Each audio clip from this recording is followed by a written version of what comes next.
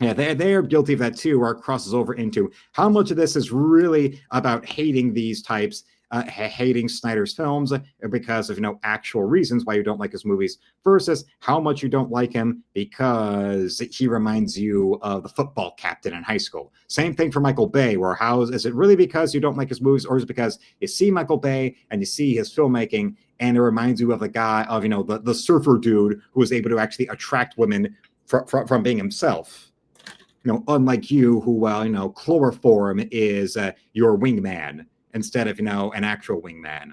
We've seen that all too much, and in particular with those that, especially with those that are, they were fans of Joss Whedon, they were fans of J.J. Abrams, and now they're fans of James Gunn, who are coping hard, and how they still are fans of Patton Oswalt. Continue to defend that unfunny turd, considering also he got away with murder.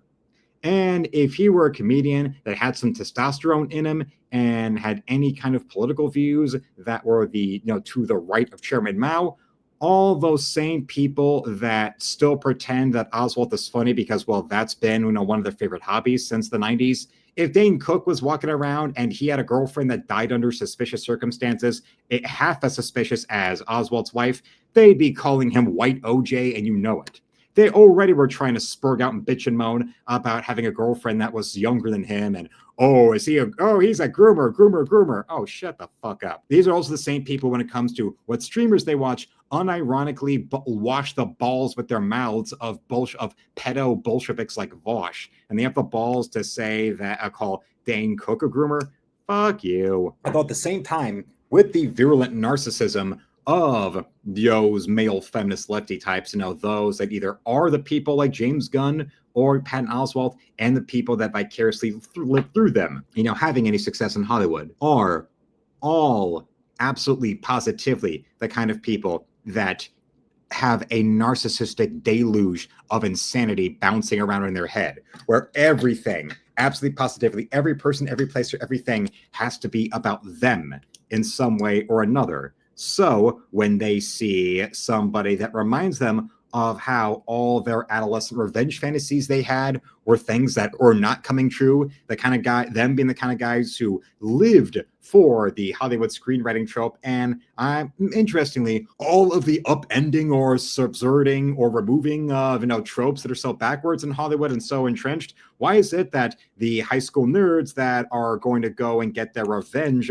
against every one-dimensional jock stereotype that almost never actually exists in reality, it's just in the Munchausen-fueled insanity of leftist nerds who have a certain miasma of BPD and just good old-fashioned neuroses and narcissism? Why is it that these guys are permanently so personally invested in trying to subvert or deny or outright destroy the lives and careers of those people that remind them that no, the world does not revolve around you, that no, just because those girls didn't date you or those guys wouldn't invite you to their kegger where they had all the other cool kids and rich kids, does not mean that you somehow are so superior to them and smarter than them and better than them, and that they all are going to completely have their lives fall apart and peak in high school, and you're going to be some great big millionaire who's going to get all those girls. Well, then for the three of those people who do wind up being successful, they'll still see other people in those fields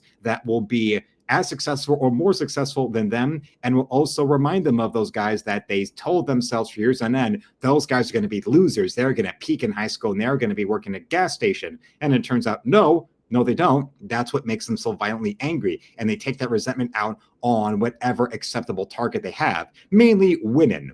Mainly wanted to take them out on the acceptable targets of women, hence why male feminists like Joss Whedon or Patton Oswalt are the most virulent, unstable, sexist maniacs you will ever come across. Get them behind closed doors, or in public, give them some woman like a Sarah Palin or any other woman that dares to be Republican, and watch them scream and shout. The absolute deluge of rape talk that's going to be hurled away in the way of the first female prime minister in Italy, who is a woman that has been active in politics in Italy since she was 19 and is a conservative woman who is part of Italy going on their own little equivalent of MAGA and of the rise of the right in political power in major countries, especially G8 countries.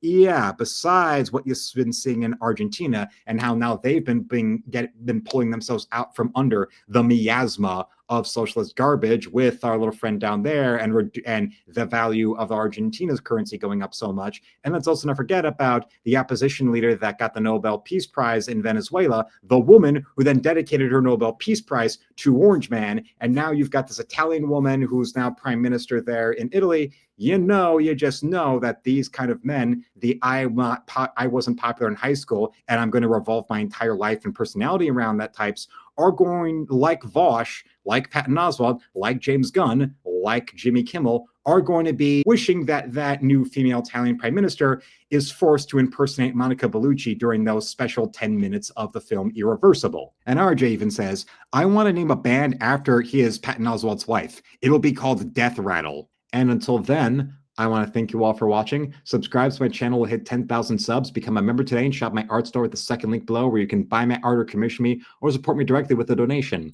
Besides that, I will have shorts tomorrow at 5 p.m. Eastern, 5:30 and 6. I'll have a new video at 6:30, and I'll be live again at 10. And don't forget about in my store, there are now prints for my comic Encrypted. 75 of them signed and numbered for $15 a piece, and selling those out will pay for printing the issue #1 of Encrypted. So you will be helping out a creator. And until then, felines, slam it, lick it, suck it, and see you, Space Cowboy.